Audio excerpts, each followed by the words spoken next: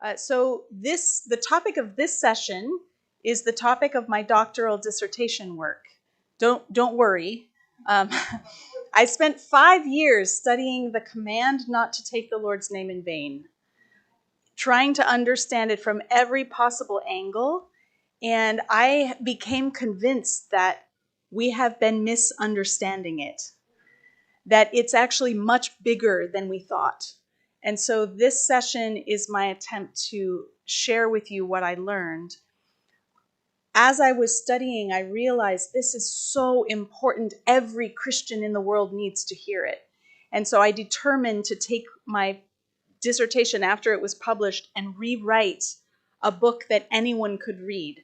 So this book, Bearing God's Name, was written when my oldest daughter was 17 years old. I asked her to read the manuscript. She's a very good writer. She read through the manuscript to help me. Mom, that's a dumb illustration. That doesn't work. You sound old, or whatever. She's giving me advice. I asked her for advice. And we took out every word she didn't know so that it would be simple English for high school age to be able to understand. Also, some good news. This book is being translated into Mandarin. So I was told 1 year ago that it was being translated, and they say it can take 2 years to be finished. So maybe in the next year, maybe a year from now, it will be available. So you don't want to wait. You want to buy this one.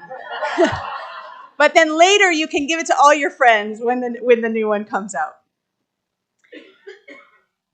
So in order to think about the command not to take the Lord's name in vain, like before we even get to talking about it, we should take a step back and ask, is Old Testament law still relevant? Why read the Old Testament? Why study the laws? Isn't it all over now that we have Christ and we're saved by grace? Isn't it better just to move on? As one famous pastor said several years ago, isn't it better to unhitch from the Old Testament, to disconnect? Let's move on. We have Jesus. We don't need the Old Testament. I'm an Old Testament professor. I think you know how I would answer that question. But I've become more and more convinced that the Old Testament law is the key to understanding our Christian vocation. In fact, I would say this: you cannot know who you are or why you're here as a Christian without going back to Mount Sinai and really reckoning with what is God doing with his people at Mount Sinai, and then ask, how does that relate to me today?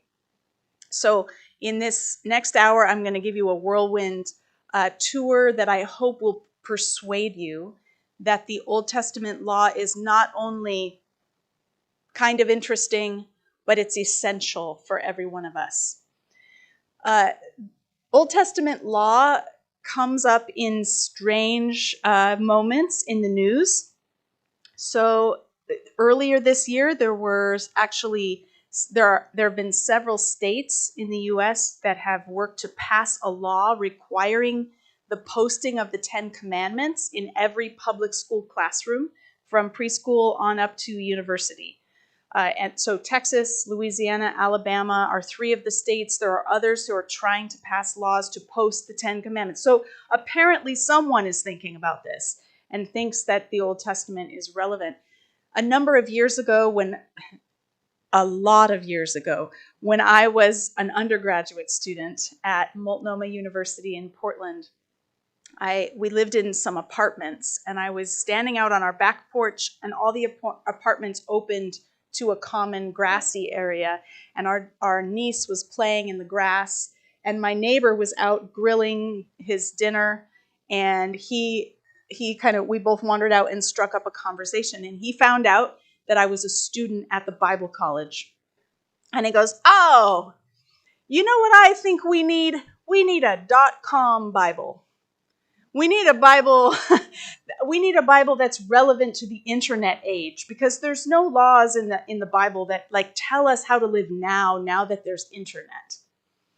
And I said, it's funny you should say that, because I was just reading in Exodus, and this is long before it was my doctoral dissertation topic, but I was just reading in Exodus the laws about the goring ox.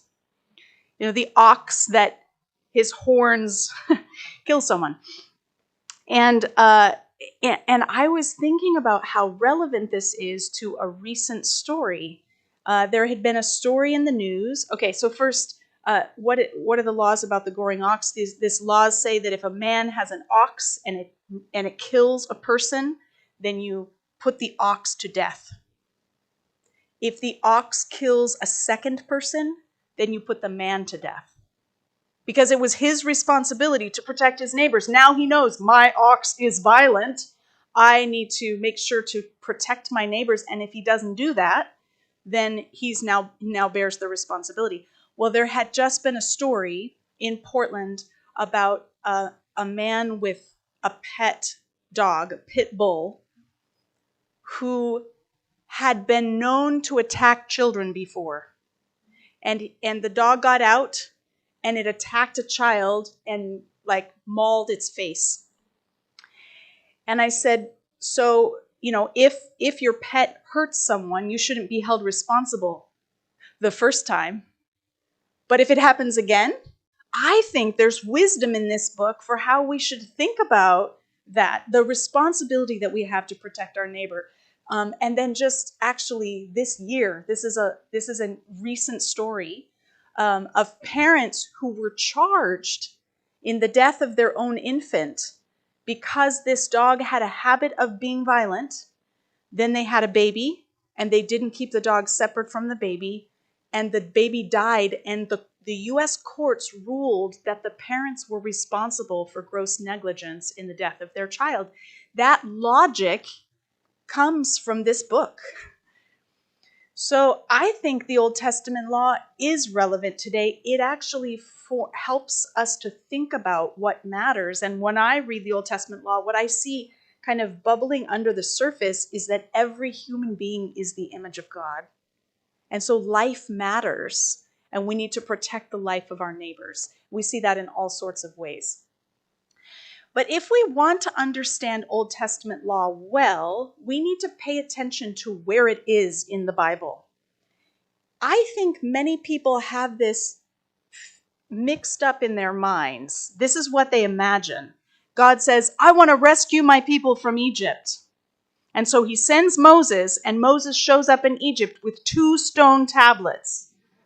And he says, hey guys, I can get you out of here, but I just have to check to make sure you have been obeying these 10 rules. And if you are obedient, if I don't find any idols in your homes, then I'll get you out. But if you've been disobeying, you'll have to stay here. That's not what the book of Exodus shows us. God comes and rescues his people, and there is no audit of their morality. All they have to do to be part of the group that gets rescued is to say, I want to be rescued. And they say that by slaughtering a lamb and painting its blood on their doorpost. That protects them from the destroying angel. And it signals, I want to be a member of the community that worships Yahweh, not the Egyptian gods. I want to be in. And that's all that was required, is this declaration, I'm all in. And then God rescues them. He brings them across the wilderness, and he brings them to Mount Sinai. So if we pay attention to where the laws appear, we can already start to rethink the purpose of the law. I don't know what the normal way of talking about Old Testament law is in a Chinese context, but I grew up hearing very often that the law was how the Israelites got saved. They had to do these things to earn God's favor, but we don't need that anymore because we have Jesus. And I think that just doesn't actually pay attention to how Exodus tells the story. And if Moses was here, he would scratch his head and say, really? Where did you get that idea? It's not here. In fact, I asked ChatGPT this question. I asked, because I was looking for an example of where somebody says that the law was the way the Israelites earned their salvation. So I typed it in. Okay, who says this? And the AI response was, that's incorrect. The law is not the means of earning salvation. Wow, AI is often wrong, but in this case, it was right. It understands the Old Testament better than most Christians do on this issue. So what is often not appreciated is that the book of Exodus actually has two rescue stories side by side. First is the rescue of Moses, and then is the rescue of the nation of Israel. And those two stories have all sorts of parallels between them that help us interpret what's happening. So let me give you just the big picture. Moses is rescued from Pharaoh in Egypt. He's rescued as a baby when his mom puts him among the reeds in the basket, in the ark, actually. The Hebrew word is the word for ark. And then he's rescued as an adult when he flees. And Pharaoh wants to kill him and he flees. He travels across the wilderness. He ends up at Mount Sinai where he encounters Yahweh in all his glory. And what happens there? Yahweh selects Moses and commissions him to participate in his work. So Moses is rescued, he travels, he encounters Yahweh, and he's commissioned. And that kicks off the second story, where Israel is rescued from Pharaoh in Egypt. And in Hebrew, they cross the Sea of Reeds. It's not called the Red Sea. It's called the Sea of Reeds, which reminds us of the reeds where Moses was placed when he was drawn out by the daughter of Pharaoh. So Israel's rescued from Pharaoh in Egypt. They travel through the wilderness. They end up at Mount Sinai where they encounter Yahweh in all his glory. And then what would you expect to happen next? A commissioning for service. That's not usually how we think about the Old Testament law. If we're thinking about that's the stuff they had to do to get saved, we've moved it out of order. But if this is the way the book is structured, then what's happening at Mount Sinai is Yahweh is commissioning Israel for service. The laws are not how to get saved, they're how to fulfill their mission. You're already saved. God's already brought them into relationship with himself. He's already expressed his love and his power on their behalf. And now it's time for them to carry out his mission among the nations. And obedience to the laws will help them do this because it will shape them as a kind of people who demonstrate his character to a watching world. Somebody asked me at lunch about how the image of God relates to God's character. I think this is where it comes in. When God selects the Israelites from all nations and says, you will be my treasured possession, and I want you to demonstrate my character to a world, this is where we see that on display. This is my favorite passage in the entire Old Testament, Exodus 19. It's the first thing that God says to the Israelites when they arrive at Mount Sinai. Through Moses, he says, you yourselves have seen what I did to Egypt and how I carried you on eagle's wings and brought you to myself. It's really vultures.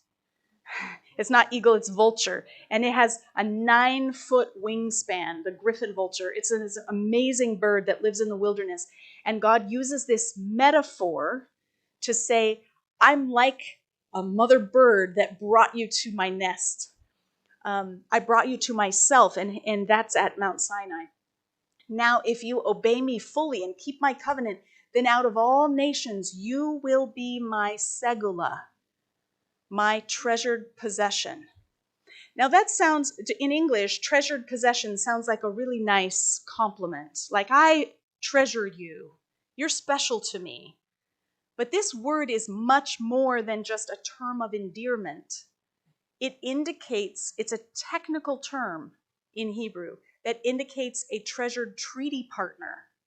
So at Mount Sinai, the Israelites are entering into a covenant or treaty with Yahweh, and he's selecting them as his special representatives so that they can carry out his will. They can represent him in a special way. Although the whole earth is mine, you will be for me a kingdom of priests and a holy nation. This is very strange. Every nation in the ancient world had a temple, and the temple needed priests who knew how to do things in the temple and to maintain sacred space and to offer sacrifices. Every culture had priests. But no other culture talked about every citizen being a priest. So to be a kingdom of priests is a strange concept. What is God doing? It seems as though out of all of the humans on earth, who are all the image of God, because they've been estranged from the God who made them, God has to select one family to serve as mediators between God and the rest of humanity. And that mediation is happening by means of a covenant. God's appointing them to a special task. Hopefully you're starting to get the idea of why I think this is important for Christians to understand. So what is the role of Old Testament law in this idea of Israel's vocation?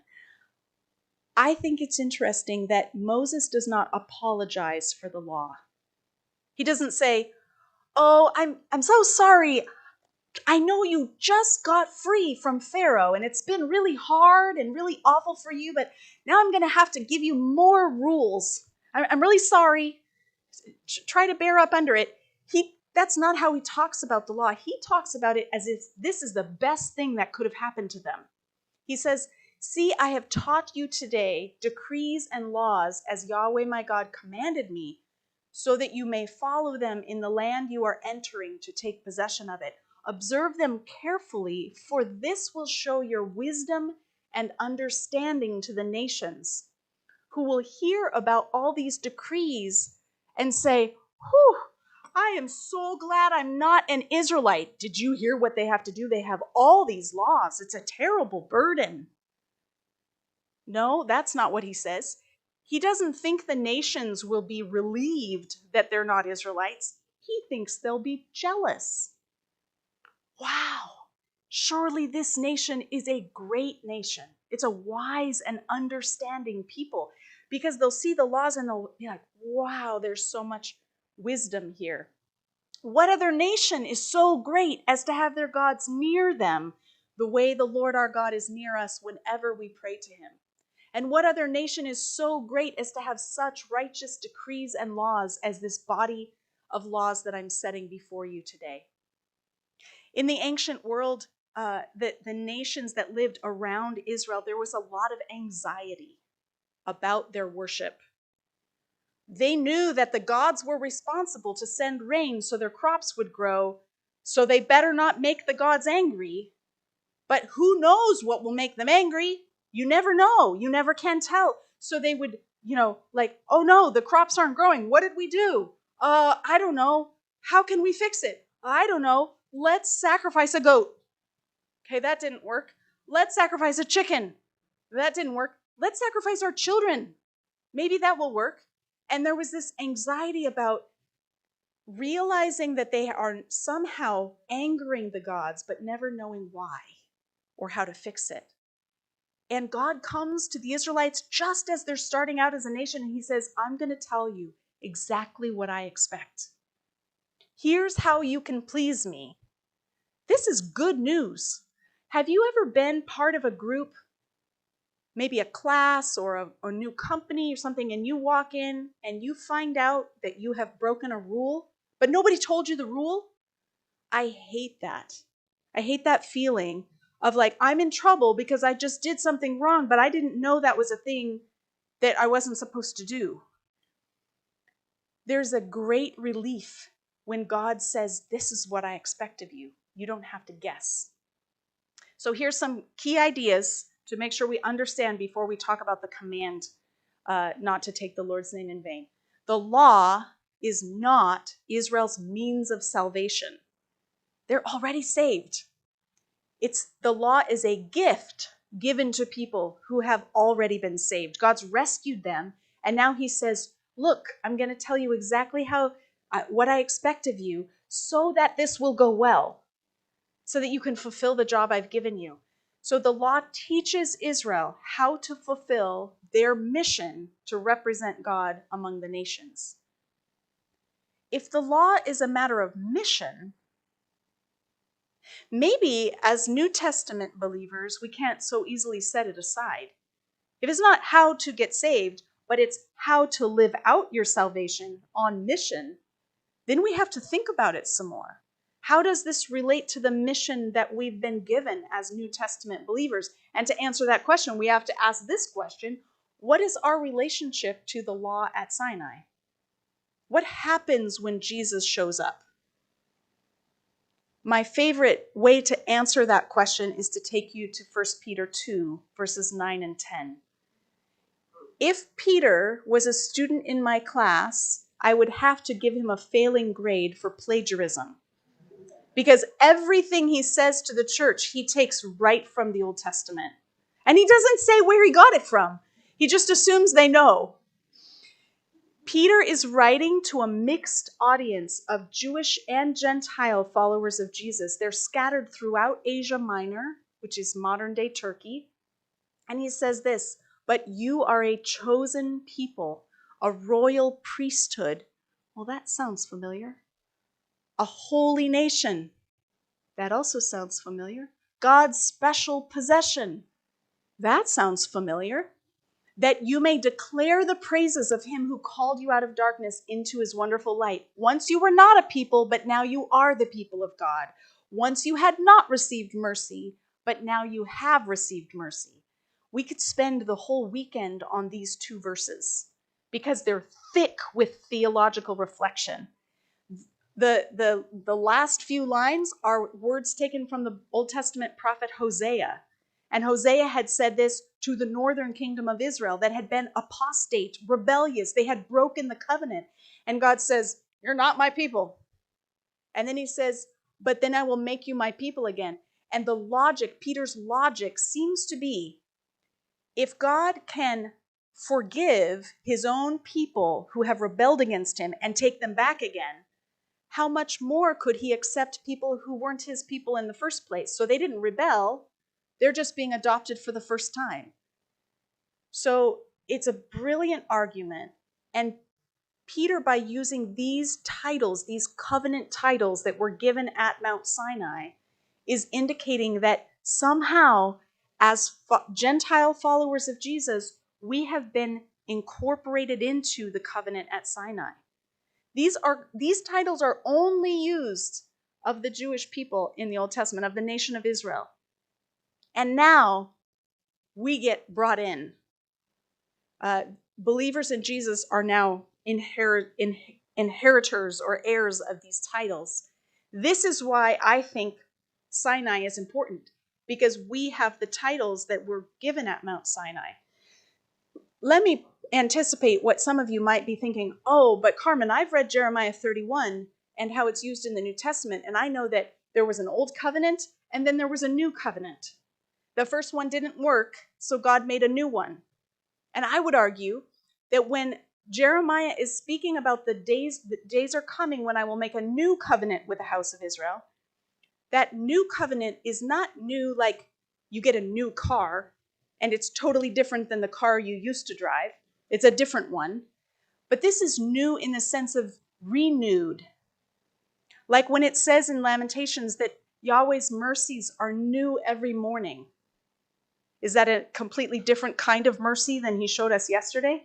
No, it's a refill. He poured out his mercy on us yesterday, and this morning we woke up and there was a whole new bucket of mercy ready to pour out on us again. It's been refreshed or renewed. And I would argue that's what's happening in Jeremiah 31. You can read it carefully and slowly and see and ask yourself, what's new about the new covenant? It's not the law that's been replaced. He says, I will write my Torah on your heart, which says to me, it's not a new covenant and we're getting rid of the Torah. It's a new covenant and now you can keep it. So we're renewing the covenant, only we're going to make it so that you actually obey this time. You didn't last time. So let's now go back to the 10 Commandments, to this verse that I spent 5 years trying to understand. In the King James Version, it says, thou shalt not take the name of the Lord thy God in vain, for the Lord will not hold him guiltless that taketh his name in vain. Now, in English, this has become an idiom. To take the Lord's name in vain means to use it as a swear word, right? So if you're driving down the freeway and somebody cuts you off, you shouldn't say, oh, and then insert God's name. right? If you're carrying a bowl of fruit across the kitchen and it slips out of your hand and shatters, you shouldn't let God's name come out of your mouth like an expletive. But I don't think that's what this is getting at. And I'll try to make the case for why. Now, some of you are nervous already. I don't think you should say God's name when you get cut off on the freeway or when you drop a bowl of fruit.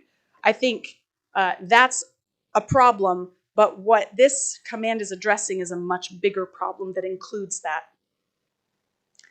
So the problem with our understanding of this command goes back to the translation of this from Hebrew. So in Hebrew, the word that says take in the King James is the Hebrew word nasa, which means to lift up or carry or bear. So the command is saying, you shall not bear the name of the Lord your God in vain. And when translators have come to this, they've said, well, we don't carry names, we say them. So this must be about speech. But I set out to study the context and find out, how would ancient Israel have understood this?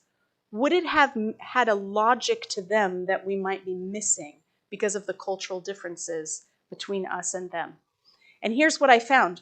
We're going to look at the historical context and the literary context and the theological context. All of these can help us understand what's going on. So the first thing to know is that in the historical context, divine names were used far more than just being spoken. So one place you would find divine names was on official seals. So if you had a signet ring, you have a gemstone on your finger, it's inscribed with your name, like mine would say Carmen on it. Then I could stamp it into wax or into clay to authorize a document or seal something. It would be my way of saying, yes, I was really here. It's kind of like a signature. Archaeologists have found stamped seals with the names of gods on them, like belonging to Baal or belonging to Marduk or belonging to Kos. And these were used in the temple to authorize correspondence. So sometimes a document would actually bear the name of a deity on it. Another place we see divine names is on clay inscriptions or stone inscriptions. So in the middle there is a tablet that's been inscribed that dedicates a building to a god.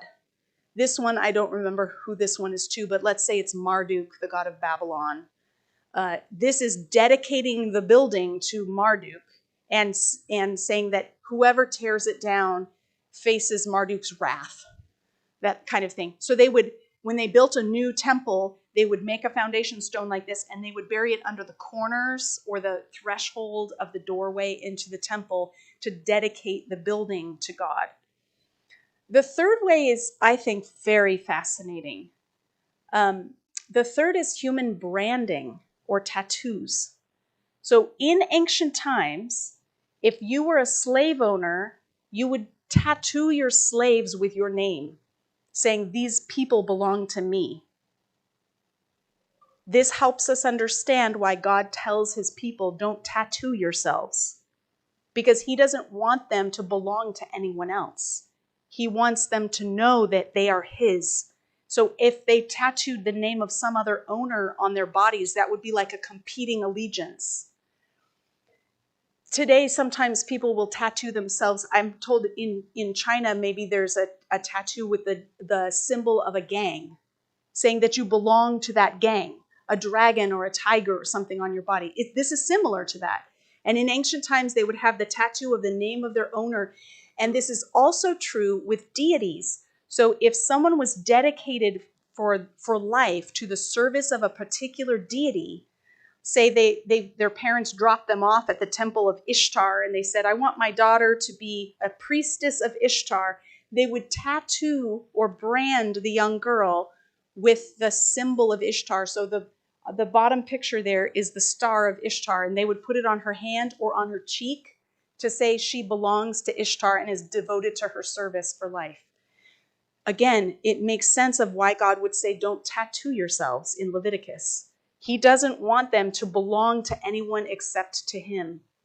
So when something bears the name of a god, it implies ownership. This belongs to the god. It implies sovereignty. God is sovereign over this entity. And it implies an obligation to protect whatever's inscribed. So if we were sitting right now in a temple to Yahweh, and we've dedicated this temple to Yahweh, and if an invading army from San Francisco came and tore down the temple, that would imply, in an ancient context, that the God of San Francisco is stronger than Yahweh. Whatever that God would be. I don't know what. So the reputation of a God is tied up with the fate of whatever thing or entity they own. So this cultural context can help us understand when the Bible says, "You shall not bear the name of the Lord your God in vain," that there are actually people who walk around carrying the names of gods on their body. So that can begin to give us some understanding of what is going on here. But then in the literary context, we have an even stronger clue. So just a few chapters later, in chapter 28, God is giving Moses instructions for how to build the tabernacle. And many people skip these chapters. They think they're boring. But right here, we have some very essential information that helps us understand the Ten Commandments. So God tells Moses, "Aaron shall bear the names of the sons of Israel in the breastpiece of judgment on his heart." So Aaron has a pouch on his chest with 12 gemstones. They're engraved like a signet ring. So each one has the name of one of the 12 tribes inscribed on it. And it says he's bearing their names. He's carrying them. Literally, everywhere he walks, he carries these names. Could this be a clue to helping us understand the name command? It's the same phrase here that is said in Exodus 20, verse 7. Then it tells us, "You shall make a medallion of pure gold and engrave on it, like the engraving of a signet, like a ring, wholly belonging to Yahweh. And you shall fasten it on the turban with a blue cord." So Aaron has the names of the 12 tribes on his chest, and he has Yahweh's name on his forehead. Why? What does this mean? It means he is the authorized representative of the people when he comes before Yahweh. Whatever he does, making sacrifices to cleanse the nation, it benefits all 12 tribes. They have a share in his ministry. And I love it because none of them can be excluded. They can't decide later, like, "Oh, we don't like you guys." No, if they're on the chess piece, they belong. They belong in the nation. But he also has God's name because he represents God to the people. He is the authorized representative of Yahweh. He belongs to Yahweh. So he literally carries God's name on his forehead. Now, if you look in the Bible commentaries on Exodus, some of them will say, yeah, there's this one verse in Exodus 28 that talks about bearing names, but that's about the high priest, so it's not relevant to help us understand the command. And I want to say, but I just read Exodus 19, where the first thing God tells his people is they are a kingdom of priests. So why would the high priest not be relevant? If they're all a kingdom of priests, then wouldn't we want to look at the priesthood to help us understand how God thinks about his people and what job they carry out?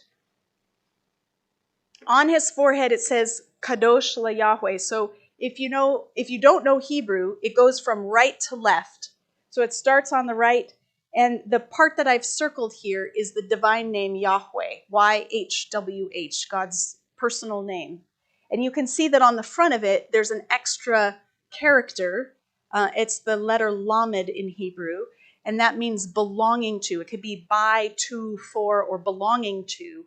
So this is wholly belonging to Yahweh. If I had a signet ring and it was in Hebrew, mine would actually not just say Carmen, it would say Carmen. It would have the L at the front of it, belonging to Carmen. And then if I stamped it on something, then everyone would know. If I wanted to claim that this is my Bible, actually, we have the same Bible.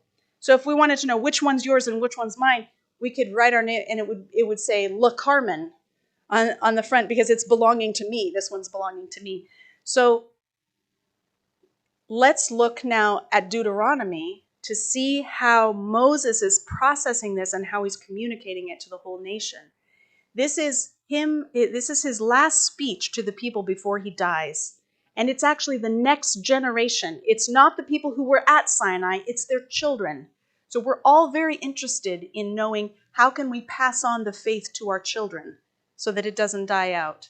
And we see an example of this by reading the book of Deuteronomy. We see what Moses says to the next generation. And he says, Yahweh has had you declare yourselves this day to be his segula, his treasured possession. This is remarkable news because it was their parents who were the segula. And you can imagine like, oh, they were the segula. We're God's grandchildren. Like they were the sons of God. We're the grandchildren. But God has no grandchildren. Every generation is sons and daughters of God. Like a first generation relationship. So Moses can say this with confidence. Yahweh has had you declare yourselves this day to be his segula. Just as he said to you, so you shall keep his commands, and he shall set you high over all the nations that he's made, for praise, for fame, and for honor, and, listen to this, to be a people wholly belonging to Yahweh, your God, just as he said. Do you hear it there? Kadosh LaYahweh. So the high priest is Kadosh LaYahweh. They are a people Kadosh LaYahweh. Seems pretty clear to me that Moses is drawing a connection between the high priest and the whole nation. He bears names. They bear Yahweh's name too. In fact, it's explicit in the book of Numbers. When God tells Moses to tell Aaron to bless the people, this is the blessing he gives them. And this is maybe a benediction you've used or you've heard in church. May Yahweh bless you and keep you. May Yahweh make his face shine on you and be gracious to you. May Yahweh turn his face toward you and give you peace. We don't usually read verse 27 because it's not really part of the blessing. It just explains the blessing. And listen, so they will put my name on the Israelites and I will bless them. Did you catch that? When Aaron walks out of the tabernacle and he lifts his hands to pronounce the blessing, he's pronouncing the name of Yahweh over the people. And Moses says, this is how, actually Yahweh says to Moses, this is how you're going to put my name on them. Some of you are not big fans of tattoos. But according to this passage, you all have a tattoo. Every one of us in this room have received the name of God on us. It's invisible for most of us. It's invisible because God has pronounced his name over us, and it's marking us as belonging to God. When I was in junior high, I don't know if you've had this experience. We used to go roller skating. And we would go roller skate. Anybody been roller skating? Is that a white thing to do? Okay, just a couple people. It's probably white. But anyway, so when you go to roller skating, you pay at the front and then they stamp your hand with an invisible stamp. You can't see it. But then you get out on the floor and you're riding around and they turn on the black light and your stamp glows and your teeth glow. And if anything you're wearing that's white is like glowing with the black light. This is what I think is happening in the Bible, really. God is putting an invisible stamp of his name on every believer. And then when you go to the book of Revelation, Peter has a vision where God turns on the black light. And what does he say? He says he sees 144,000 from every tribe, tongue, and nation, and they have the name of God on their foreheads. And other people have the mark of the beast. What is this? This is the mark of belonging. Some people belong to this world system, and other people belong to Yahweh. So here's the theological theme that I'm trying to help us see. Israel bears Yahweh's name. They have it They have an invisible tattoo saying they belong to Yahweh. And that's a symbol of the vocation that they have to represent Yahweh among the nations. And if we understand that, then we can understand why there's all these other laws. Because they're on mission. Because you belong to me, you need to go live like you belong to me. Maybe you have children, and maybe you've said to them before as they're leaving the house to go to some activity, remember what family you represent. Like I would say to my children, remember you're an Imes. Like it's not just you making a choice of how you're going to act when you're out there in the world, but our family's reputation actually goes with you. And if you misbehave, it brings shame on the whole family, right? And if you behave well, it brings honor to the family. This is the same idea with the nation of Israel. And once you see this, you will see it everywhere in the Bible. It's in almost every book of the Bible.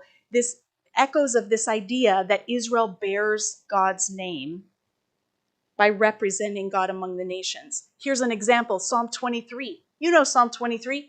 He guides me along the right paths for his name's sake. Have you ever wondered, what does me walking on the right path have to do with God's name? Well, if I bear God's name and I walk in the right path, then God's reputation is intact, it's enhanced. And if I go out and start causing trouble, it becomes the next headline. Biola professor embezzles funds, or, it reflects poorly on the name of Christ. How about this one from 2 Chronicles 7:14? If my people who are called by my name will humble themselves and pray and seek my face and turn from their wicked ways, then I will hear from heaven and I will forgive their sin and will heal their land. What does it mean to be called by my name? No one calls me Yahweh. No one calls me Jesus. Okay? But in Hebrew, this is, if my people over whom my name has been proclaimed. These are the people who have received the name of God that claims that they belong to him. They're the ones God listens to their prayers because they belong to him. So we've already looked at this passage, but now we can return to it with a greater understanding of what's happening. Peter says they're a chosen people, a royal priesthood, a holy nation, God's special possession, so that they can be on mission, declaring the praises of God who called them out of darkness and into his wonderful light. So our mission as the church is to represent God among the nations by bearing his name. Our lives are supposed to reflect God's character and good purposes for the world. Somebody should be able to look at us, to follow us online, to watch how we behave in our homes or with our children or in the marketplace. And they should be able to draw accurate conclusions about what sort of God we serve.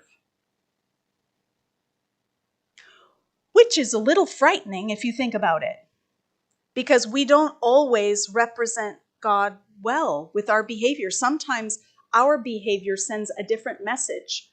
This has implications for our jobs. It's not just like we show up at church and we behave, and then at work we're ruthless and we mistreat people and we force them to work long hours with no pay or with no appreciation, or we cut corners. We change the books so it looks like we're making money when we're not.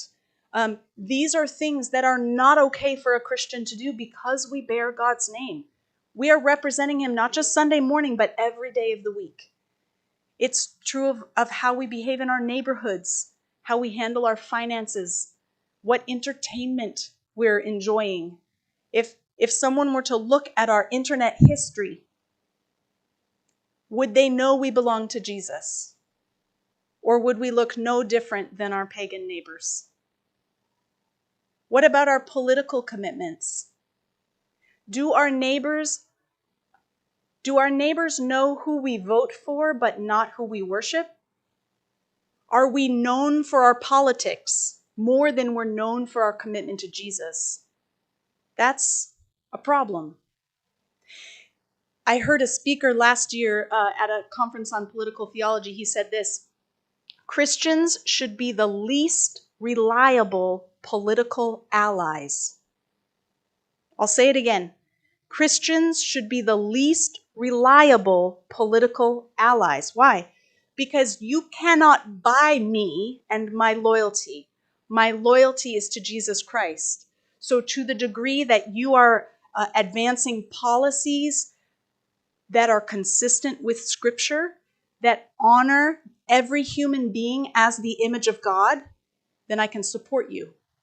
But the moment you start treating people like animals, or you start disregarding the needs of the wider world, then you don't have my vote anymore. So our political commitments need to be aligned with Scripture, not with one party or another. And I'm afraid that in the United States today, there are people who are more deeply committed to a party than they are to the Scriptures. So last lecture, I suggested that we need to share the whole gospel, that we should have the beginning and the end, that we should tell people, you are God's image and you will reign in the new creation. What would need to change if we took seriously the idea that we are not only the image of God, but we also bear God's name? How would that need to change the way we share the gospel? I think it gives meaning to everything in the middle. It's not just that Christ died for you so that you'll go to heaven when you die. So now we're just kind of waiting for him to show up. And we don't know how long it's going to be, but we're just waiting. And the real thing is going to happen when Christ returns. No, right now we are on mission. Christ died for you so that you could bear his name and join his mission, which means everything you do should be done as someone who bears God's name. That doesn't mean that all our work needs to be religious, but it means everything we do needs to be done as a Christ follower. I have a colleague who teaches Old Testament at Biola. His name is Dr. Ken Way. And Ken was diagnosed with leukemia several years ago. It's probably been 5 years ago now. When I was applying for the job at Biola, I was already friends with Ken, and I was very nervous that I would be replacing him on the faculty. That's not what I wanted. I wanted to work with him. And by God's grace, he's survived, and we now get to teach together, which is wonderful. But for a time, Dr. Ken Way was not in the classroom giving lectures on the Old Testament. He was in the cancer center receiving infusions of chemotherapy and getting stem cell transplant and going to checkups. His job changed for that season, but his mission did not.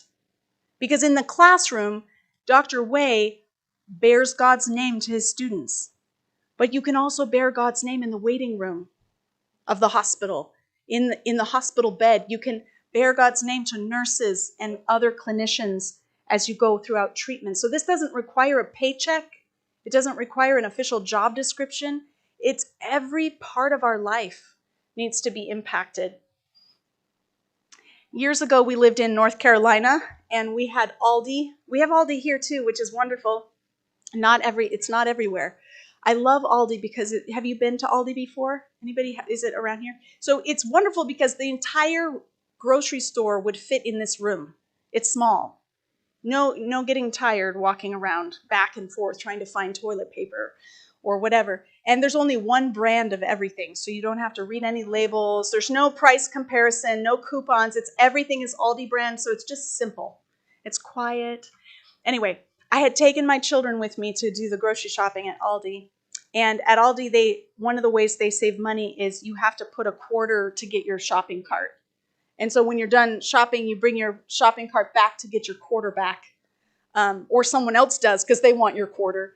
So it keeps the parking lot very clean, and they don't have to hire people to bring the carts in now and then. So I had come out to the minivan with our kids and unloaded all the groceries and put the kids in the van. And I said, okay, guys, get in your seats and get buckled. I'm going to go return the cart. So I crossed the parking lot, and I put the cart back, and I get my quarter, and I walk back to the car, and they are not in their seats. And it's been, a while. It's all the way across the parking lot. And I don't know why I was feeling stressed that day or why I was in a hurry, but I was not happy. And I lit into them. Come on, I gave you one job to do. Why aren't you in your seat? Why are you squabbling with your siblings? You know how to get buckled. What's going on? I was very upset. And then I turned in exasperation, and there was the secretary from my kids' public school walking past. We put our kids in public school because we wanted to shine the light of Christ to our neighbors. And there in that moment, all the hours of volunteering that I had done felt like they just evaporated. Any merit that I had accrued was gone because I showed my true colors to the secretary. Like, oh, Christians, yeah, they're not much different than, That was a moment where I did not bear God's name well. And seeing her in that moment actually, I think, shaped my parenting going forward, because I realized even parenting is something we do as bearers of God's name. It matters how we talk to our children. It matters how we talk to our neighbors. It matters how we drive on the freeway. All of it matters. Do you see how this expands the command not to take the Lord's name in vain? It's not just don't say God's name as a swear word. It's don't live like you don't belong to God. So I hope this has persuaded you that the Old Testament is relevant. And if you're really persuaded, you can subscribe to my YouTube channel, because every Tuesday I talk like this.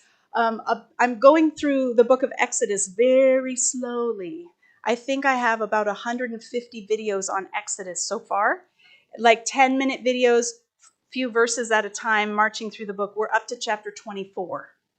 So in a few weeks, I'll be back to making these videos. I took a break to make a different kind of video, but this is a slow march through Exodus because I believe that the Old Testament is relevant.